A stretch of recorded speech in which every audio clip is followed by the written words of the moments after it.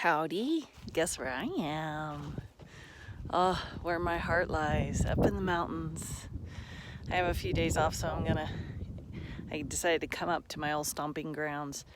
And I'm up visiting one of my hidden lakes, and it's actually a reservoir for the ski hill. And during this time of year, they drain it. It gets completely drained.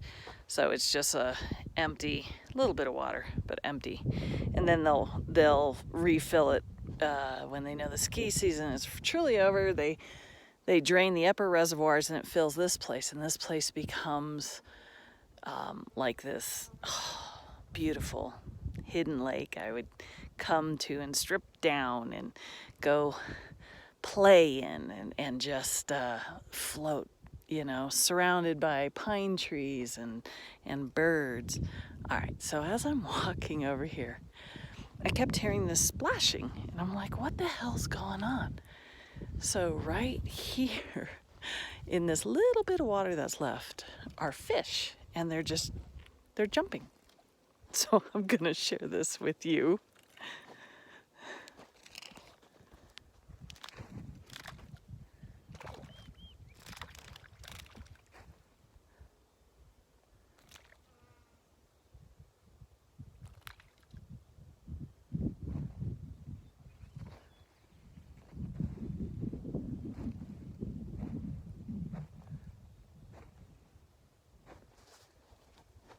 Anyway, I'm not really sure why they're doing that. Oh my God, they're just jumping all over the place, making big splashes.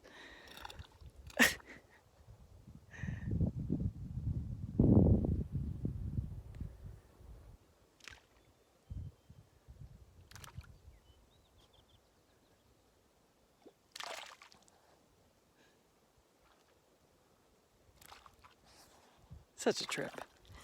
The minute I turn the camera away, I'll get like 4 or 5 will suddenly jump.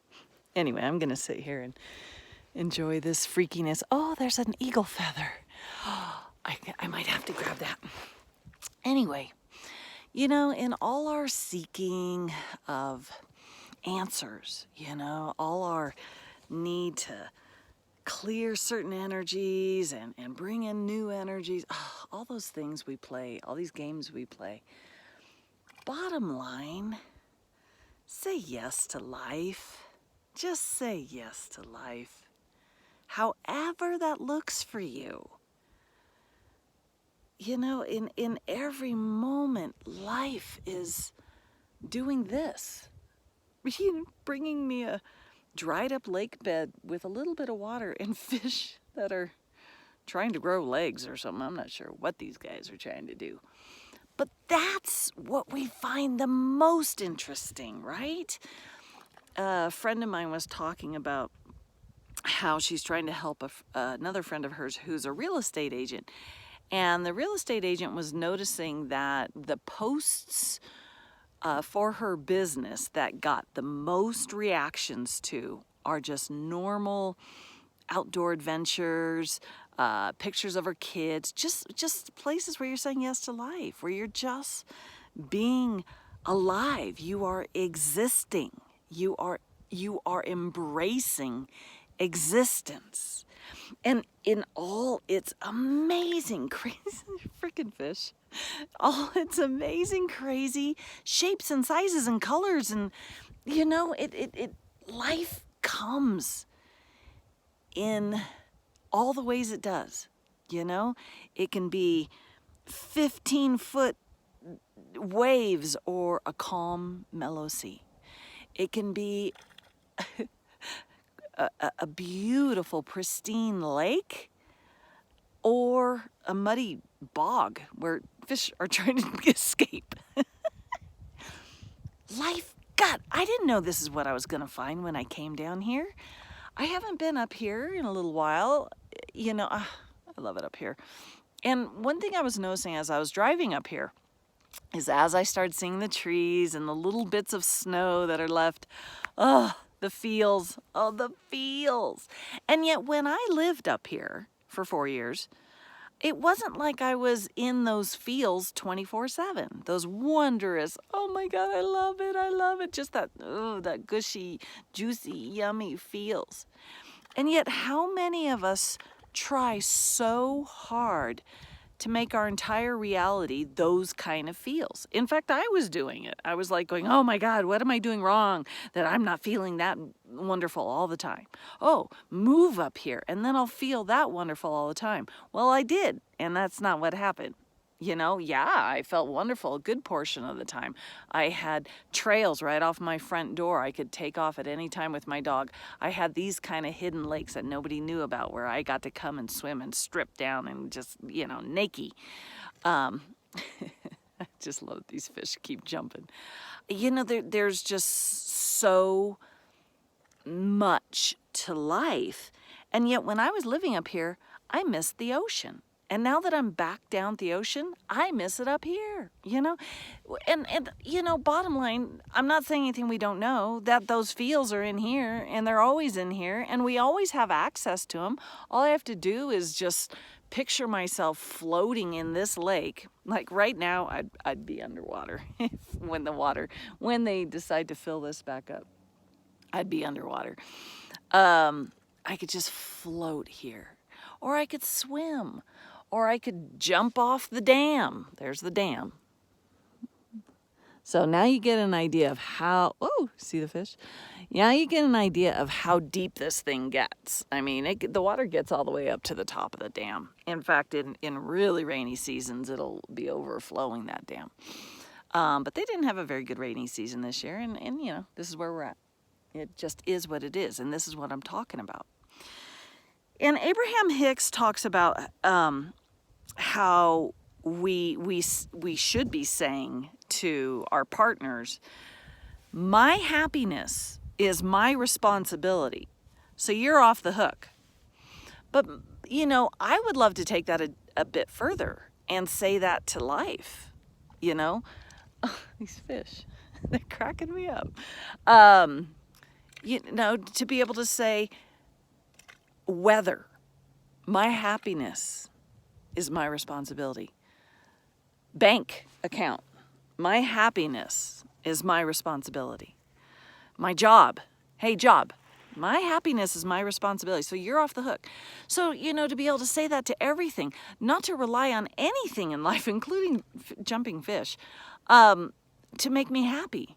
And yet, they do. You know, that's like my lofty goal, my very etheric, you know, metaphysical, that kind of a goal. Oh, you know, the Dalai Lama or Buddha, you know, they didn't need jumping fish to make them happy. I'm sure they did. See, you know, on my drive here, I got into a very deep meditative state. And when I'm in that state, it's very calm. It is just serene. It's just pure calm. And I love it. And I love I love jumping fish that make me giggle. I love finding eagle feathers. Whoa. Whoa.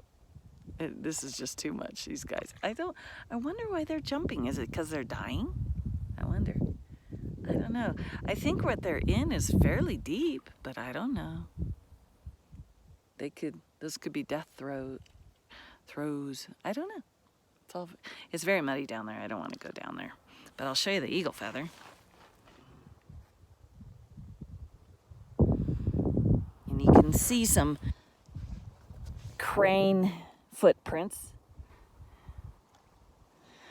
This would be a good place for a crane, like a snowy egret or one of these guys.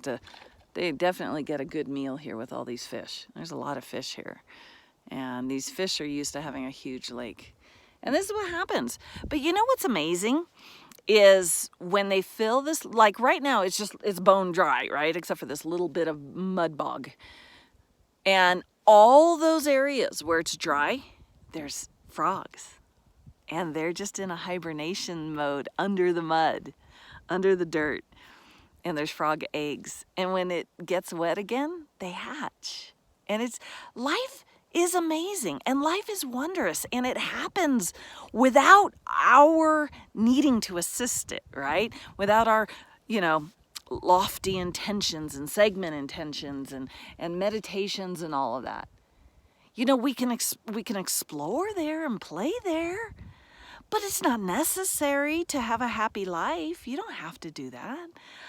I'm sure I wasn't vibrating any way other than I usually do to bring to me jumping fish. Whoa, speaking of. I mean, I wasn't even going to come down here because I was like, oh, they haven't filled the lake yet. I won't bother going down there. But then I was like, why not? And I just did. And this is how I live life.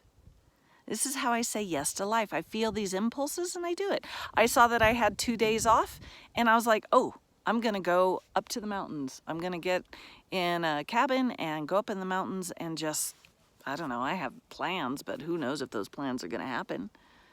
Maybe instead I'll just come and play with jumping fish. I don't know. Life is ever inviting us all the time through impulses, through, you know, you may have, I am a strict vegetarian, but all of a sudden you have this undeniable hunkering for a slab of beef. And life is just inviting you to live. And it doesn't mean that if you deny that want for meat that you're screwing it up. And it doesn't mean that if you give in to that slab of meat, you're screwing it up. Unless you want to play in that, I'm screwing it up. Just live life. How it's coming to you. Is it coming to you in worries and fears? Is it coming to you in amazing epiphanies and grand expansions? Is it coming to you in debt? Is it coming to you in riches? I mean, life just will come to you at all times. And one thing I notice is that no matter who I am, no matter what my external circumstances look like, I'm me. I'm always me. You know, I think that, oh, if I can move and live up here, like right now I'm up here and I'm like, oh, I want to move back up here. And yet when I lived up here, I missed other places, you know, and does that make me wrong? Should I focus more on these happy feelings and then maybe everything? I don't know. But I do know that my life is full every day of gifts that I can focus on or issues I could focus on. And I do know that when I make my happiness my priority, life is full of jumping fish. Crazy ass shit. Oh my God. This is weird. They're all little sunfish, by the way, for people like Doug, who's probably watching this and is a fisherman. There's nothing grand jumping. They're just little sunfish. Though when I first walked down, there was one big splash. Yeah, that may have been a bass, because when I used to swim in here, I knew there were bass in there. But life is awesome, guys. Just do your best to live it. Live it to the best of your ability, inviting every fun adventure that comes your way. And an adventure might look like sitting at home and doing a marathon of War of Thrones. And it might look like, you know, going for a hike or going up into the mountains and spending a couple days in peace and serenity. There's a reason it's called forest. For rest. That's my little thing. But bottom line, I would love to be able to access this kind of giggly, this kind of happy, this kind of, you know, desire to be 100% responsible for only for my happiness and be able to access it immediately without needing any kind of external, you know, gifts. But this is amazing, and I think this is why we have this stuff. I think it takes us up to a level of happiness that we don't have in here, but helps what's in here to go up an octave to the next level of happiness. think I'm touching on something there. That feels good. That feels right. Regardless, maybe the next time I bring you guys here, this lake will be full and I'll be able to take you for a swim. Take care, guys.